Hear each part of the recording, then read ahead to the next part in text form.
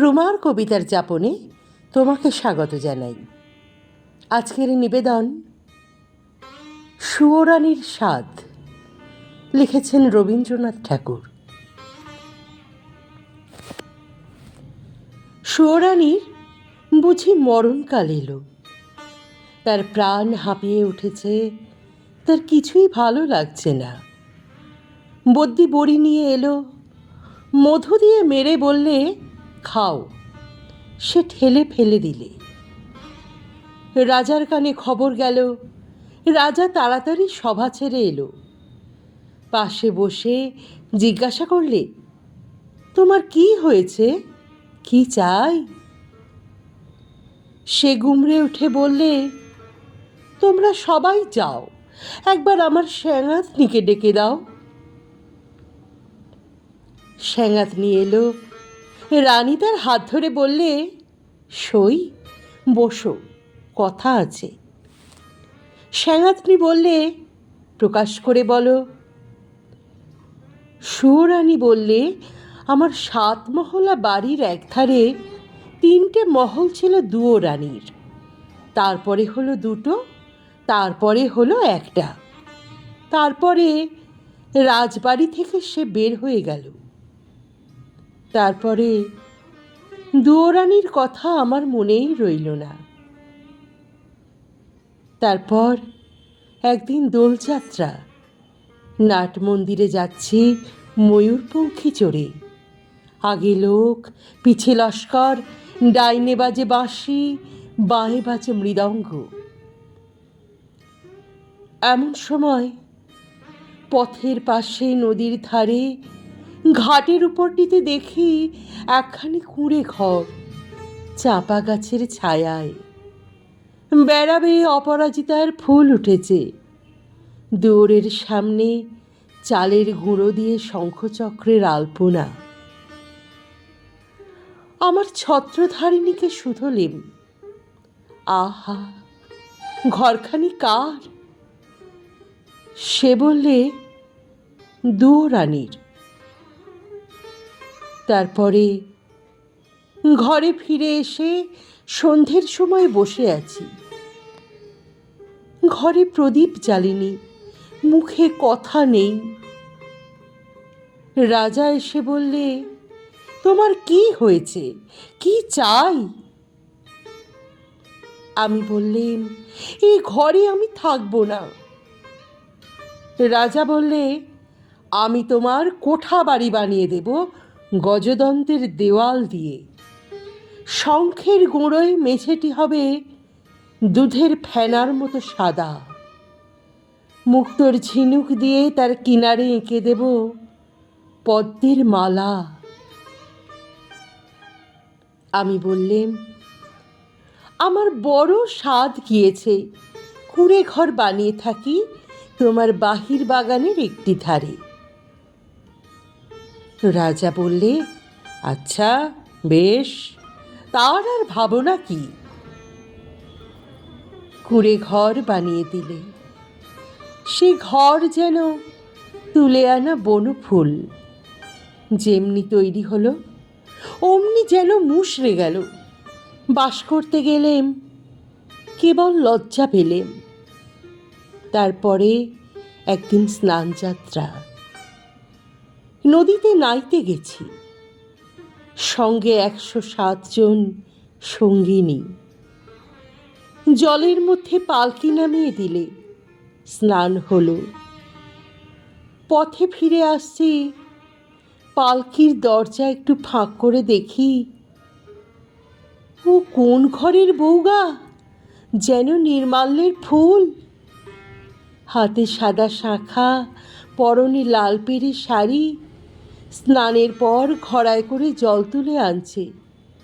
সকালের আলো তার ভিজে চুলে আর ভিজে ঘড়ার উপর ঝিকিয়ে উঠছে। ছত্রধারিণীকে শুধলেম, মেয়েটি কে, কোন দেব মন্দিরে তপস্যা করে? ছত্রধারিণী হেসে বললে, চিনতে পারলে না? ওই তো দুয়ো রানী। তারপর ঘরে ফিরে একলা বসে আছি, মুখে কথা নেই। রাজা এসে বললে, তোমার কি চাই, কি হয়েছে? আমি বললেম, আমার বড় সাধ, রোজ সকালে নদীতে নিয়ে মাটির ঘড়ায় জল তুলে আনবো বকুলতলার রাস্তা দিয়ে। রাজা বললে, আচ্ছা বেশ, তার আর ভাবনা কি। রাস্তায় রাস্তায় পাহারা বসলো, লোকজন গেল সরে। সাদা শাঁখা পরলেম আর লাল পেরে শাড়ি, নদীতে স্নান সেরে ঘড়ায় করে জল তুলে আনলেম। দুয়ারের কাছে এসে মনের দুঃখে ঘড়া আছড়ে ভাঙলেম।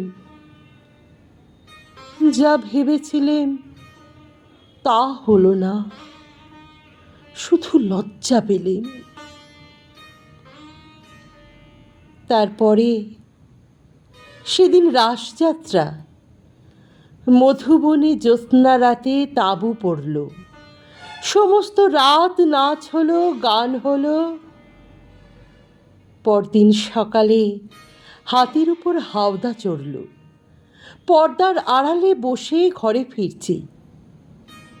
এমন সময় দেখি বনের পথ দিয়ে কে চলেছে। তার নবীন বয়স, চূড়ায় তার বনফুলের মালা, হাতে তার ডালি, তাতে শালক ফুল, তাতে বনের ফল, তাতে ক্ষেতের শাক। ছত্রধারিণীকে শুধলেম, ও কোন ভাগ্যবতীর ছেলে পথ আলো করেছে? ছত্রধারিণী বললে, জানো না, ওই তো দুয়োরানির ছেলে। ওর মার জন্যে নিয়ে চলেছে শালুক ফুল, বনের ফল, ক্ষেতের শাক। তারপরে ঘরে ফিরে একলা বসে আছি, মুখে কথা নেই। রাজা এসে বললে, তোমার কি হয়েছে, কি চাই? আমি বললেম, আমার বড় সাধ, রোজ খাবো শালুক ফুল, বনের ফল, ক্ষেতের শাক। আমার ছেলে নিজের হাতে তুলে আনবে। রাজা বললে, আচ্ছা বেশ, তার আর ভাবনা কি। সোনার পালঙ্কে বসে আছি, ছেলে ডালি নিয়ে এলো। তার সর্বাঙ্গে ঘাম, তার মুখে রাগ। ডালি পড়ে রইল, লজ্জা পেলেন। তারপরে আমার কি হলো কি জানি, একলা বসে থাকি, মুখে কথা নেই। রাজা রোজ এসে আমাকে শুধোয়, তোমার কি হয়েছে, কি চাই? সুয়োরানী হয়েও কি চাই সে কথা লজ্জায় কাউকে বলতে পারিনি। তাই তোমাকে ডেকেছি সাঙ্গাতনি। আমার শেষ কথাটি বলি তোমার কানে। ওই দুয়োরানির দুঃখ আমি চাই।